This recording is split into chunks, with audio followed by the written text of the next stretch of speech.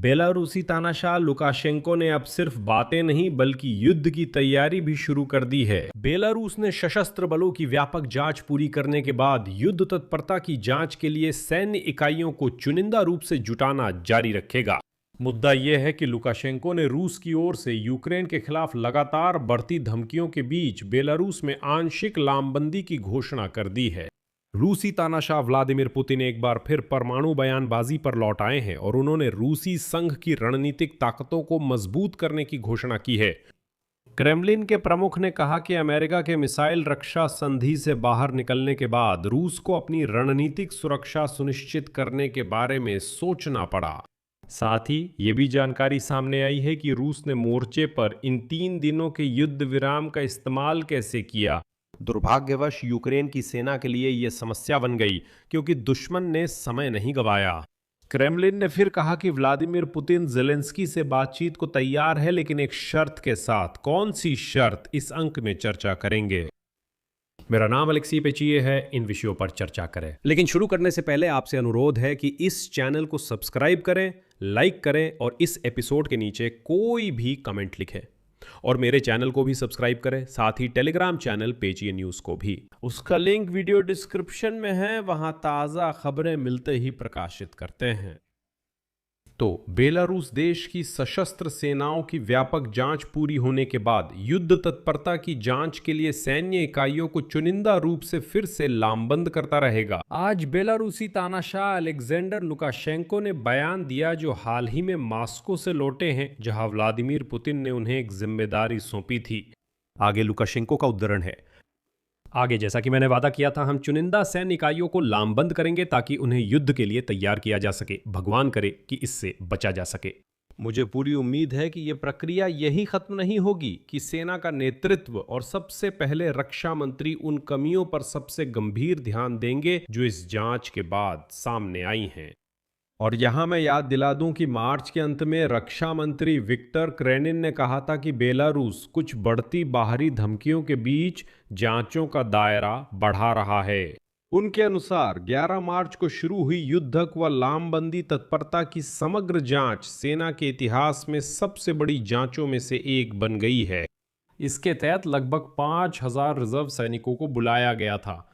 अप्रैल में लुकाशेंको ने इस जांच के नतीजों पर हुई बैठक में कहा था, उद्धरणा, हम युद्ध की तैयारी कर रहे हैं। हम युद्ध नहीं चाहते, लेकिन सेना का मकसद यही है। अगर कोई हमें हथियार की नोक पर धमकाए या निशाना बनाए तो हम जवाब देंगे। हम इसी के लिए तैयार हैं। लुकाशेंको ने कहा था कि युद्ध होने पर बेलारूस सेना को 5 लाख तक बढ़ा सकता है। और मैं आपको बस याद दिला दूं कि पिछले साल मार्च में लुकाशेंको ने एक आदेश पर हस्ताक्षर किए थे, जिसमें सरकारी संस्थाओं और अन्य संगठनों को युद्धकालीन परिस्थितियों में काम करने के लिए कहा गया था। यह आदेश युद्ध काल में सरकारी संस्थाओं के कामकाज का समन्वय करता है और कुछ संगठनों की सूची तय करता है जिनके प्रमुखों को जरूरत पड़ने पर सैन्य रैंक दी जा सकती है। साथ ही मैं आपको याद दिला दूं कि लुकाशेंको ने एक दिन पहले कहा था कि देश की सेना को आधुनिक हथियारों से लैस करना जरूरी है, क्योंकि इसके बिना प्रभावी रक्षा सुनिश्चित करना संभव नहीं है। इसी के साथ लुकाशेंको ने जमीनी आक्रमण के लिए तैयार रहने को भी कहा। बेलारूस के तानाशाह ने कहा कि सेना को अपनी जमीन की खासियतों का ध्यान रखना चाहिए, क्योंकि ये युद्ध क्षेत्र बन सकती है।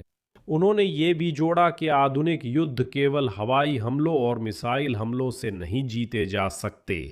उन्होंने उदाहरण के लिए मध्य पूर्व के संघर्षों का हवाला दिया और आगे उनकी एक और बात उद्धृत है। हालिया संघर्ष इसी ओर इशारा करते हैं। मान लीजिए ईरान, इजराइल और अमेरिका के बीच सशस्त्र टकराव ने क्या दिखाया? बमबारी की गई, बम और मिसाइलें दागी गई, और क्या जीत हासिल हुई? नहीं। बिना जमीनी कार्रवाई के कुछ नहीं हो सकता। 1 महीने पहले लुकाशेंको ने नागरिकों से तीसरे विश्व युद्ध के लिए मानसिक व रणनीतिक रूप से तैयार रहने का आह्वान किया था। उनकी एक और टिप्पणी, आइए वैश्विक संघर्ष के कूटनीतिक समाधान की सभी भ्रांतियों को छोड़ दे। अंतर्राष्ट्रीय कानून भी तनाव को कम करने में असमर्थ है। लुकाशेंको ने विस्तार की प्रवृत्ति और सामूहिक पश्चिम से खतरे की ओर इशारा किया। उन्होंने कहा कि बेलारूस लंबे समय से सबसे बड़े सैन्य राजनीतिक संकट के केंद्र में है और इसी के साथ अब रूसी तानाशाह व्लादिमीर पुतिन एक बार फिर परमाणु बयानबाजी पर लौट आए हैं। उन्होंने रूसी संघ की रणनीतिक बलों को मजबूत करने की घोषणा की। क्रेमलिन प्रमुख ने कहा कि अमेरिका के बाहर जाने के बाद रूस को रणनीतिक सुरक्षा पर विचार करना पड़ा। मिसाइल रोधी रक्षा संधि से पुतिन ने ओरेशनिक मिसाइल कॉम्प्लेक्स का भी जिक्र किया और इसके परमाणु वॉरहेड से लैस होने की संभावना जताई। अलग से रूसी गंजे तानाशाह ने रूसी सैनिकों को बधाई दी अंतर महाद्वीपीय मिसाइल सरमत के सफल परीक्षणों के लिए। रूसी संघ की सामरिक मिसाइल बलों के कमांडर के अनुसार सरमत कॉम्प्लेक्स के साथ पहली रेजिमेंट इसे इस साल के अंत तक युद्धक ड्यूटी पर तैनात करने की योजना है। पुतिन का दावा है कि इस मिसाइल की मारक सीमा 35,000 किलोमीटर से भी अधिक हो सकती है। क्रेमलिन ने यह भी कहा है कि सरमत को सोवियत वोयवोदा कॉम्प्लेक्स की जगह लेना चाहिए और ये उसकी युद्ध क्षमताओं से कहीं अधिक बेहतर है। तो कुल मिलाकर व्लादिमीर पुतिन ने एक बार फिर परमाणु डंडा निकाल लिया है और फिर से गर्व से उसे लहरा रहे हैं। और ये सब दबाव क्रेमलिन एक ही मकसद से बना रहा है, यूक्रेनियों को डराने की कोशिश करना। ऐसा क्यों? देखिए, लुकाशेंको और पुतिन की धमकियों के बीच क्रेमलिन के प्रवक्ता दिमित्री पेस्कोव सामने आते हैं। वे कहते हैं कि व्लादिमीर पुतिन कभी भी यूक्रेन के राष्ट्रपति व्लादिमीर ज़ेलेंस्की से मिलने को तैयार हैं, लेकिन ये तभी होगा जब वो युद्ध खत्म करने की प्रक्रिया को अंतिम रूप देने के लिए हो। उन्होंने कहा, इस पर और काम करना बाकी है। पुतिन के प्रेस सचिव ने यह भी कहा कि तथाकथित एसवीओ किसी भी समय रुक सकता है और जैसे ही कीव में वे आवश्यक निर्णय लेंगे जिनके बारे में वे अच्छी तरह जानते हैं, मतलब डॉनबास को सौंपना। पेस्कोव ने जोर देकर कहा कि यूक्रेन पर की गई तैयारियां समाधान के करीब आने का आधार देती हैं। साथ ही उन्होंने कहा कि अभी किसी विवरण पर बात करना जल्दबाजी होगी। और अंत में मैं ये भी बताना चाहूंगा कि 9 से 11 मई तक 3 दिन का युद्ध विराम रहा। रूसी कब्जाधारियों ने विराम का उपयोग गुप्त सैनिक तैनाती और नए प्रकार के हथियारों से बड़े पैमाने पर हमलों के लिए किया।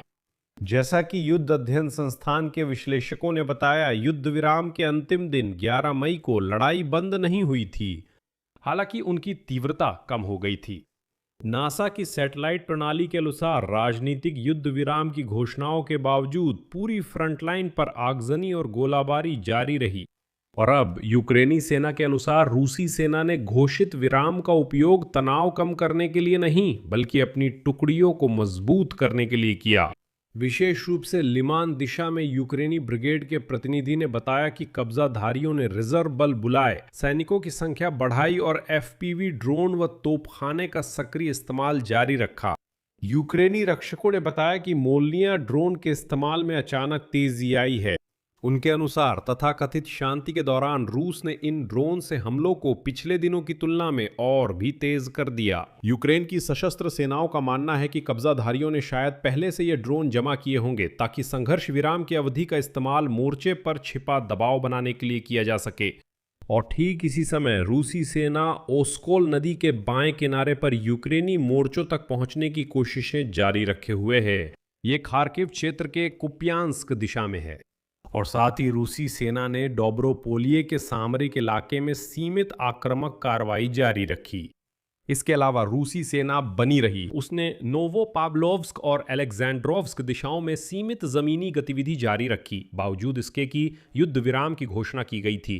कुल मिलाकर अब यह स्पष्ट है कि पुतिन निश्चित रूप से चाहते हैं कि यूक्रेन आत्मसमर्पण करे और शांति समझौते पर हस्ताक्षर करे, और इसके लिए उन्हें नए तनाव के बिंदु बनाने होंगे। और ये रहे आपके 2 बिंदु, बेलारूस और परमाणु हथियारों की नई धमकियां। यहां मैं विराम लेता हूं। अपनी राय और निष्कर्ष नीचे कमेंट करें, चैनल सब्सक्राइब करें, बेल आइकन दबाएं और लाइक करें। अगर आप इस YouTube चैनल के काम को सपोर्ट करना चाहते हैं तो आप किसी भी डोनेशन के जरिए इस वीडियो के डिस्क्रिप्शन में दिए गए लिंक और डिटेल्स या आपकी स्क्रीन पर दिख रहे QR कोड से ऐसा कर सकते हैं। बस इतना ही। अपना ख्याल रखें। सबको अलविदा।